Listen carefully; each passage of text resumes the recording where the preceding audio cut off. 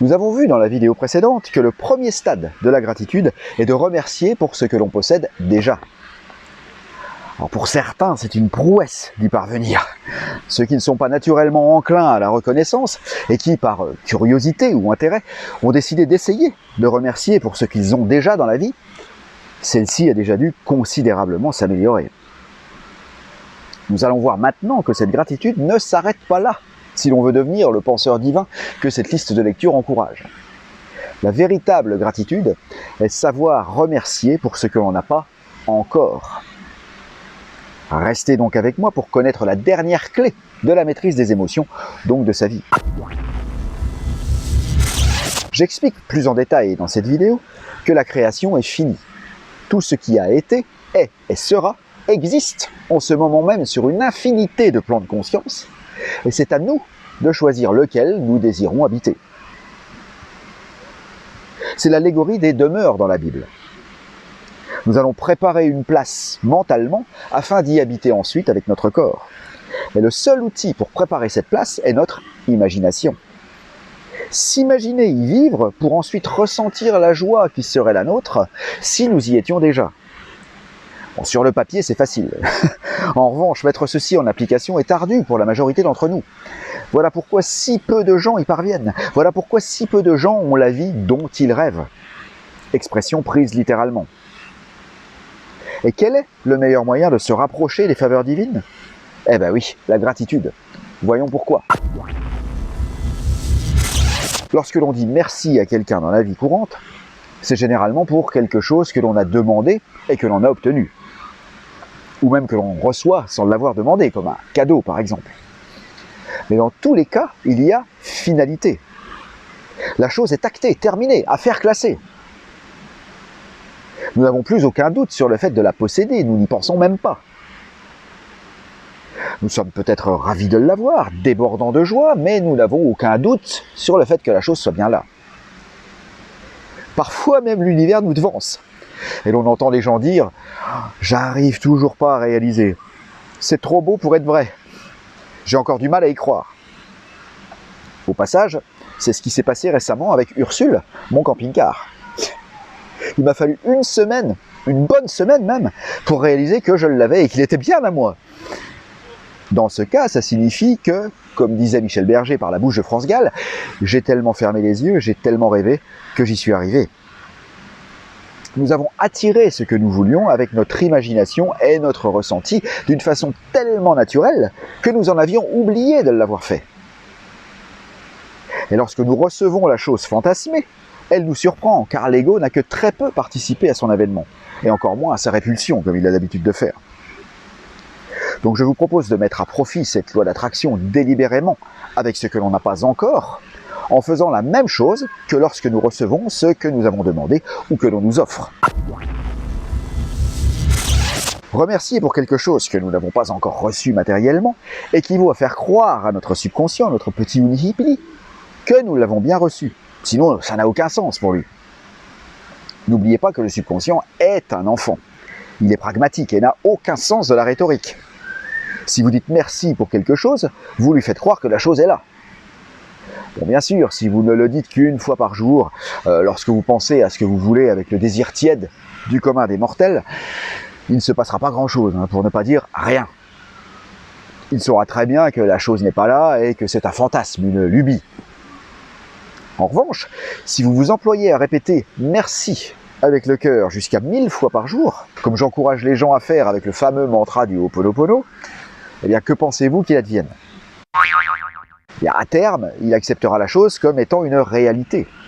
Et s'il accepte une chose comme étant une réalité, il mettra ses forces en branle pour l'attirer, pour la matérialiser en dur autour de nous. En fait, en remerciant, nous passons par la porte de service. Nous grugeons littéralement notre subconscient. Nous exploitons une de ses vérités, nous utilisons sa loi pour le faire coopérer. Et quand je parle de gruge, c'est une gruge bien gentillette.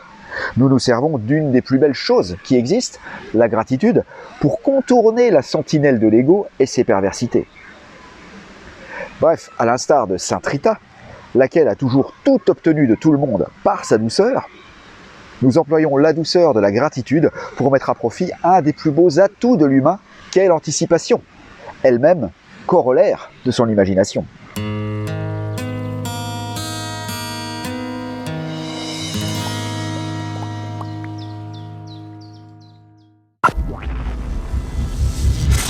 Nous maîtrisons déjà cette technique sans le savoir, et l'exploitons au quotidien, mais dans le négatif.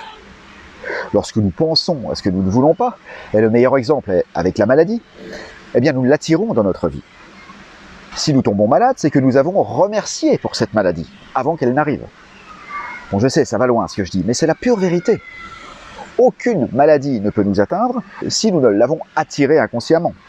Si nous ne l'avons attirée par nos pensées inconscientes et le ressenti qui va avec.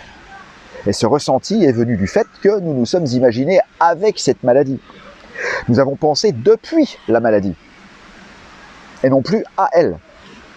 En imaginant ce que nous ferions si nous avions cette maladie, les comportements que nous changerions ou adopterions en fonction d'elle, les pertes et drames qu'elle apporterait, nous avons acté mentalement le fait qu'elle soit déjà là.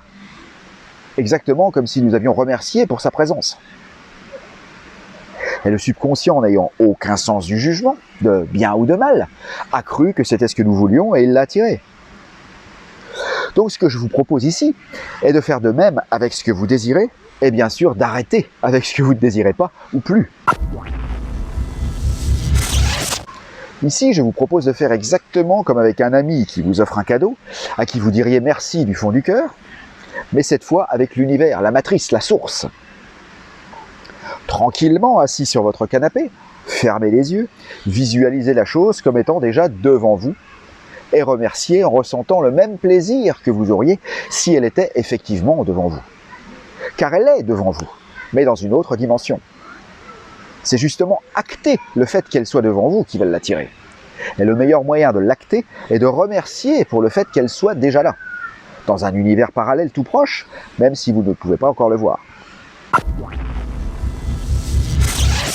En fait, la gratitude n'est autre que penser depuis la chose que nous voulons. Et c'est un formidable outil, un formidable levier pour y arriver. Car lorsque nous remercions, c'est que nous sommes heureux d'avoir ce que nous voulons. Remercier pour ce que nous n'avons pas est un non-sens pour le subconscient. Attention, je dis pour le subconscient. Car pour l'ego, il peut être utile de remercier pour ce que l'on ne veut pas. Car ce que l'on ne veut pas n'est que le contraste dont je parle dans les premières vidéos de cette liste de lecture et qui nous montre l'inverse de ce que l'on veut. Ne confondons donc pas les deux techniques. Voilà les amis, pour clôturer cette liste de lecture, je voudrais vous remercier tous et toutes pour l'accueil que vous lui avez réservé depuis la vidéo numéro 1 sortie en pleine crise de ce maudit confinement. Je vous rappelle que je l'ai très mal vécu, même si à terme, ces souffrances furent ô combien bénéfiques, et lire vos gentillesses pendant cette réclusion m'a été d'une grande aide. Merci donc pour tous vos pouces vers le haut, pour vos abonnements, vos adorables commentaires et tous vos partages, et surtout votre sincérité dans vos propos, et j'irais même jusqu'à dire votre prodigalité, à la fois verbale mais aussi matérielle, en juger par l'aide précieuse que vous m'avez apportée avec mes cagnottes pour avoir mon van dans lequel je vis désormais. À ce propos, une vidéo de présentation d'Ursule sera bientôt disponible où figureront au générique tous les noms des généreux donateurs et tous les gens qui ont contribué au fait que je l'ai indirectement. Donc c'est avec toute ma gratitude et tout mon amour que je clôture cette liste de lecture sur la maîtrise des émotions, dont la transcription est disponible en PDF sur ma boutique en ligne, didierjérôme.com. Boutique où vous trouverez tout ce qu'il faut pour méditer, dormir en paix, rencontrer votre enfant intérieur, recouvrer votre estime de soi, etc., etc., etc. Je vous souhaite le meilleur et bien au-delà. L'accueil que vous lui avez réservé, générique, dehors les doutes. Mais dehors les Romano! Remerciez